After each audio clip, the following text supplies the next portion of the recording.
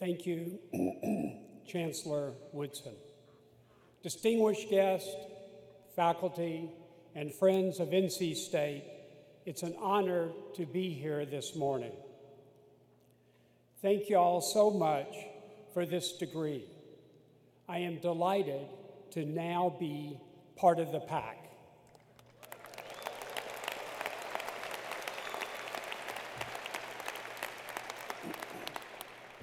I congratulate the graduates, along with your proud parents, family members, and friends who are here to share this happy occasion. Experts say that to really get people's attention, the speaker should give something away.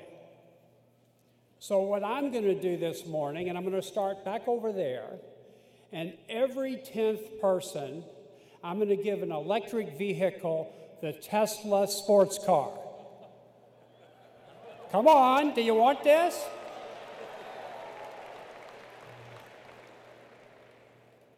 I'm not as wealthy as Oprah, so I probably won't be giving that away.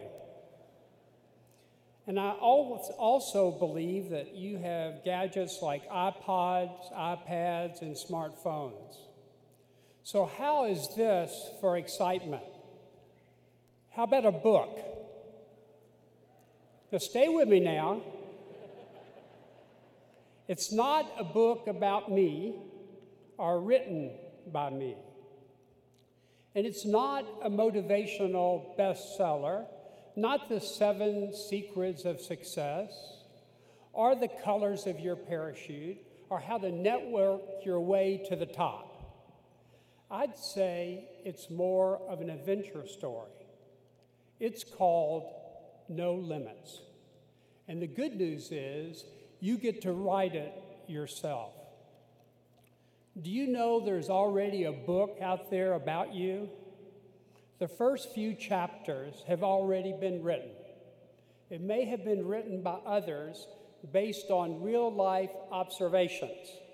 And I see some of the graduates looking a little nervous now. But these observations are about how you work, how you talk, how well you play with others. You may have consciously contributed to these early chapters, maybe not. But with your degree in hand, I challenge you to take the chore of writing the rest of the book. You may need to reinvent and redefine yourself over time. Don't be limited by the current book on you. Become the strong central protagonist in your own story. It is your narrative. It is your story. Don't be surprised if you have to rewrite a chapter or two along the way. The most successful people I know have done just that. And by success, I don't necessarily mean financial net worth. I mean people who know how to pursue life without limits, who aren't satisfied just being satisfied, who put the needs of others ahead of their own, and in the end get so much more out of it. I would like to share with you 2 stories about 2 people who I work with at Duke. They have inspired me. One of those people is Carol Hardison. Carol built a successful career in information technology at Duke Energy over 18 years. She had a very bright future with us. She could have stayed on the management track for another decade and left with a great retirement. But instead, in the year 2000, Carol turned the page and began a new chapter. She left a job she loved to fulfill her lifetime passion for helping people in poverty. She became the leader, the CEO of the nonprofit Crisis Acceptance Ministry in Charlotte. Every year, that organization helps thousands of people, in Carol's words, to gain stability and have hope. The interesting thing is that she still has close ties with Duke Energy. She syncs up our special assistant programs with people who need help in paying their bills. When she changed careers, Carol didn't really redefine herself, but she did redefine her limits. Since college and as a Duke employee, she was a regular volunteer to help the homeless and those in need of a helping hand. But meanwhile, she was developing a solid set of business skills in management, strategic planning, and customer service. What she did not know was she was preparing for an opportunity to help people in financial crisis move toward self-sufficiency. Carol's life work evolved from changing computer operating systems to changing lives. Duke Energy's loss was a gain for the low-income citizens of our community.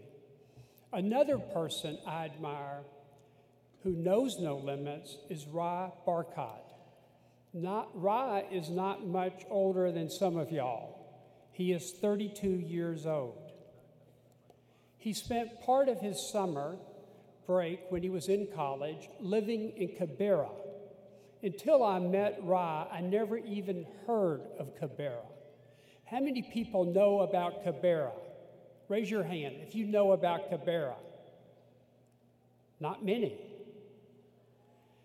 It's an urban slum in Nairobi, Kenya. More than 200,000 people live in squalor and poverty in an area the size of Central Park in New York. We've all read about places like Kibera. We've seen the pictures that remind us of how good we have it here. But Ry did something to change it. He is a doer. He made an initial investment of just $26 and co-founded a nonprofit called Carolina for Kibera. It started with a soccer program, and in time, they built a medical clinic. It grew into a grassroots movement to help the people of Kibera help themselves. After graduating from college, he served 5 years in the Marine Corps. Ry continued to help lead the effort in Kibera while serving as a captain in the Marines in Bosnia, Iraq, and the Horn of Africa.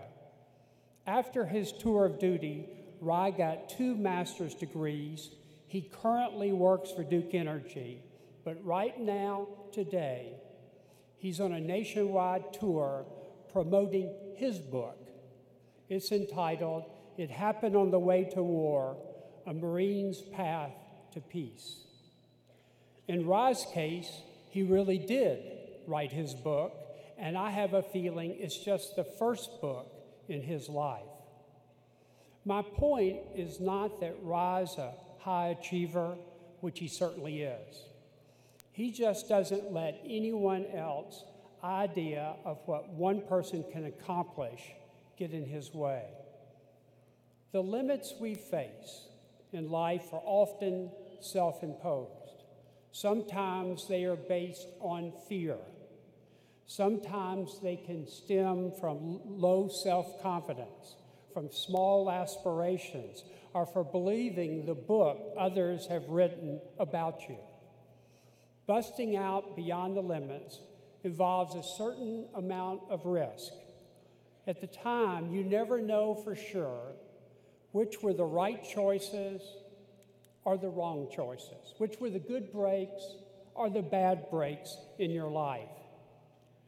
You may only know when you look back on them years later, just like you don't know what happens until you reach the end of a book. But never, never, ever give up your pride of authorship as your own story plays out. Teddy Roosevelt referred to it as being in the arena.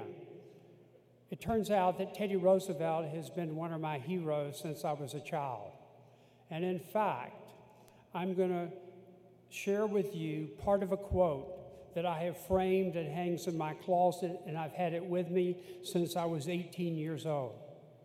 He said, "The credit belongs to the man who is actually in the arena, whose face is marred by dust and sweat and blood, who, if he fails, at least fails while daring greatly, so that his place shall never be with those cold and timid souls who neither know victory nor defeat."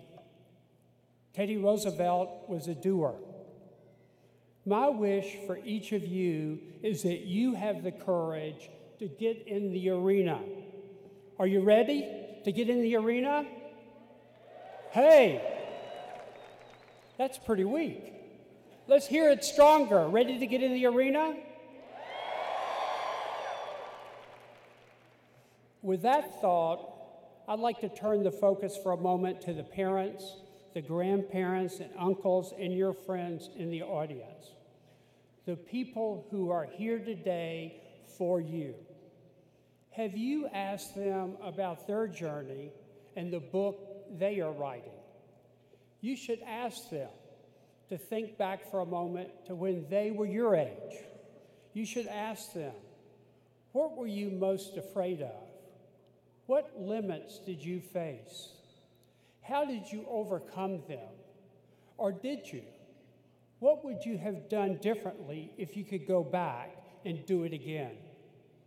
I really encourage you to talk to them about these questions before you go on to write your own book and make your way into the world. My bet is many of y'all have already done this. I have learned through life that at every stage of life, you need a mentor. Now let's all fast forward 60 or 70 years from now. Are you with me? Can you fast forward 60 or 70 years in your life? What I'm envisioning is that you're sitting on a rocking chair and you're thinking back. I know y'all can't even begin to envision it. You're sitting in a rocking chair on the front porch and looking back. My hope is your life stories will not be tinged with regret for what you might have done, should have done, could have done, but didn't. Instead, I hope they are stories of adventure pursued, achievements that mattered, lives fully lived, differences made in other people's lives, and obstacles overcome. I firmly believe in the power of one person. One person with passion and conviction can change the world, or at least a small part of it. The best graduation gift that I or any of us can give you is the copyright to your own story. Begin writing it today. Write it with passion and purpose, and write it without limits. Thank y'all, and congratulations to the class of 2011.